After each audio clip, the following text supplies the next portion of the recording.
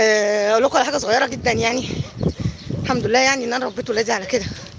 لما مثلا ابني بقى مثلا بيكلمني كلمه ما تعجبنيش او بتاع، اروح اقول له على فكره انت كده عاق وهتروح النار. يقول لي يا ماما ممكن اكون خدت ذنب دلوقتي، بس انت كمان خدتي ذنب. ما تحكميش عليا يا ماما انا رايح النار ولا مش رايح النار، لسبب بسيط جدا، لان الله اعلى واعلم. وبيهزر معايا بقى علشان ما ازعلش، يقول لي ايه، هل انت معاكي الاسماء، معاكي الكشف؟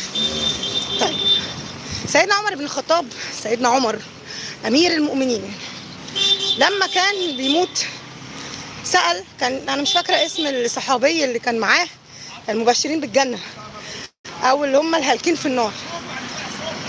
فهو سأل، سيدنا عمر سأل حد، قال له اسأله، روح اسأله، علشان هو هيستحي مني، هيستحي يقول لأمير المؤمنين انت داخل النار.